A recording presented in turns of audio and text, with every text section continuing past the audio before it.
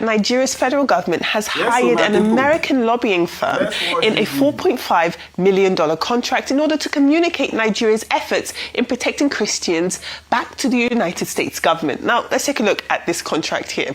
All of this is according to this contract. Now, it does show the agreement with the U.S. Department of Justice, in which Asta Legal, which is a law firm based in Kaduna State, it did hire the services of DCI Group on behalf of the Nigerian National Security Advisor, Nuhu Rubadu, who's also noted on this contract. Now, the contract is to last for 6 months until the 30th of June 2026. And the contract also includes a clause that stipulates that any party can terminate the agreement for any reason without penalty by providing 60 days advance written notice of the termination to the other party. That's what's set out in this contract here. But the wider story here is that the UK publication Africa Confidential report, they said that essentially there's a bit more to this story. So what they're talking about is Biafra secessionist groups, how they've paid Washington lobbyists to the tune of $66,000 in order to get support from the likes of senior Republicans,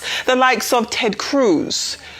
That's him there. And also Mike Pompeo, both of those senior Republicans. But as This Day has reported and clarified, the Nigerian federal government with this contract outspends the separatists by far, as it has agreed to pay $750,000 monthly for 6 months. Now, across those 6 months, that would be a total of $4.5 million.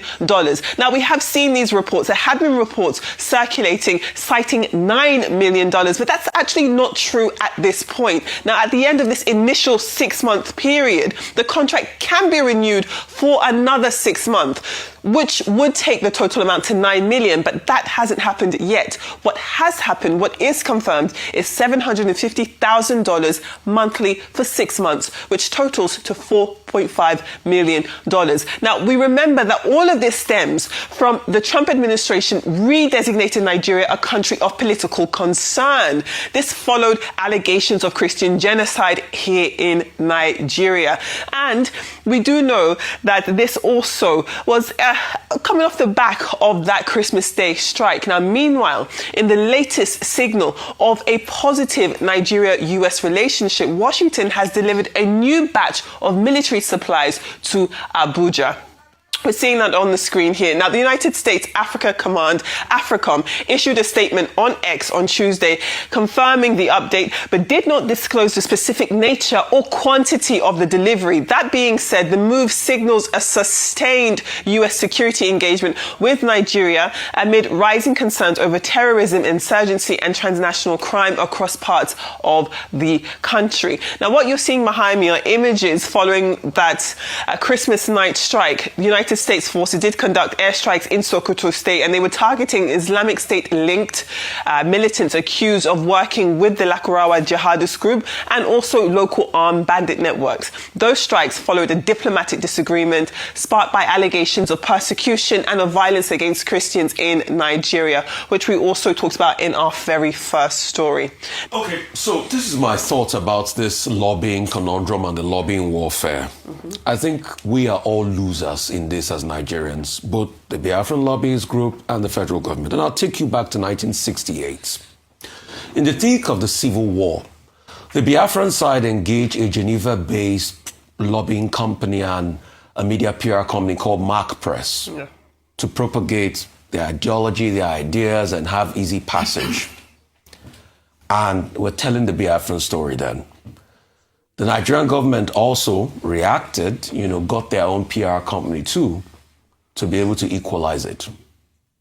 Both companies earned a lot of money, went on media spin, while Nigerians were dying in the southeast part of the country. There was kwashiorkor, there was malnourishment, there were kids dying. While the PR companies did their thing, the heart and the soul of this country was broken. Parts of this country couldn't trust each other again, but the PR companies made their money. Fast forward till today, the same thing happening. Government gets their own PR company, the Biafran Lobbyist Group get their own PR company, while people are dying in Nigeria. But the PR company are making the big buck. Can we stop the killings in Nigeria? That's my priority. I mean, I don't care for the PR and the lobbyist company.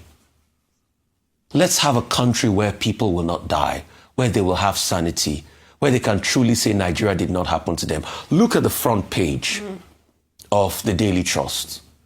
Those cars leaving a certain area was because Bello Tuji was going to strike around there. So people are dying in droves. And we are doing the PR dance. It doesn't all go well for anybody. I want a country that is safe, that is secure for everybody. That's my priority. And not all this jubilation and gesticulation. Oh, we have a pound back in the PR warfare. We are outgunning. I even saw one of the headlines say we are outgunning. Outgunning at the expense of Nigeria's life. Being gone, died, people are dying. And we are outgunning each other on who can book the best PR company. Do we think? Are we sensible? Are those lives being lost? Are they just numbers? Don't they have families, goals, and aspiration? As regards Clinton, I feel Clinton. Yeah, so the New York Times. And I know the reason why he's not going to go there, because they're going to harass him. And that's what Trump wants. The same Trump that has told the DOJ to release a redacted version of the Epstein file doesn't want to take accountability as regards the Epstein file. He's trying to rope Clinton in. I'm not saying Clinton is a saint. Committed a lot of crazy things in his own time. But he that will come to equity must come to equity with clean and clear hands. And I think that's just what Clinton is saying there. Right. I think a final word on the issue around the lobbying that I had not said earlier was that, Dr. Abati had alluded to the fact that, this is, in essence, this is sabotage. If you're going to a foreign government and you're calling on certain actions to be taken that are, illegitimate, and you're not an elected group. Yeah. In the South African case with AfriForum, it was taken as far as high treason, that you are an unelected group of people. Of course, there's freedom of speech. People are free to go and express and lobby for what they feel is their constituted right. However, in this instance, when what you're lobbying for goes against sort of the progress and the constitutional order of your country, then that does fall into the category of treason. Now, what struck me, Rufai, is the same story that struck you, the front page of Daily Trust, with those droves of people leaving Sokoto State. Yes. And, we now know that there are concerns about, reprisal attacks happening in that area. And, I've spoken about Achille Mbembe several times here, the Cameroonian philosopher who speaks about necropolitics. Now, necropolitics is what's happening here because we now have the politics of ungoverned spaces. You have the airstrikes that took place, and these terrorists are said to have escaped to various places. They're probably hiding in one bush or another. To the credit of this administration, they've also sent some forest guards into the bush. However, because the bush is now inhabitable and whatever their agenda is can't triumph in the bush, they now have to come back to where the cities are, and they're now pushing people out. The potential humanitarian concerns there that I hope will be addressed in due course. Yes, so my people, show now they see wetin dey happen now. Instead of Nigeria government to put your head down, work with US to find out how to take NDC security and banditry where they bring come the country because now them bring them. What are they doing? They are paying millions of dollars of Nigeria taxpayer money to lobby US government. They want to lobby US government to make sure say Donald Trump not go fit do some kind of things when he's supposed to take clear all these terrorists from inside Nigeria. And at the same time, the Biafra support group, they still dey lobby for US Senate, make their own matter get. You see, the most funny thing now is that for this country, our government, they don't rate us at all. Politics has become something else in this country. A situation where you play politics with human lives, human health, human financial as in, just look at the whole thing, the way that they use politics. There is no seriousness anywhere. Imagine spending $4.6 million just for lobbying, an amount that is likely to increase to 9-something million anytime soon.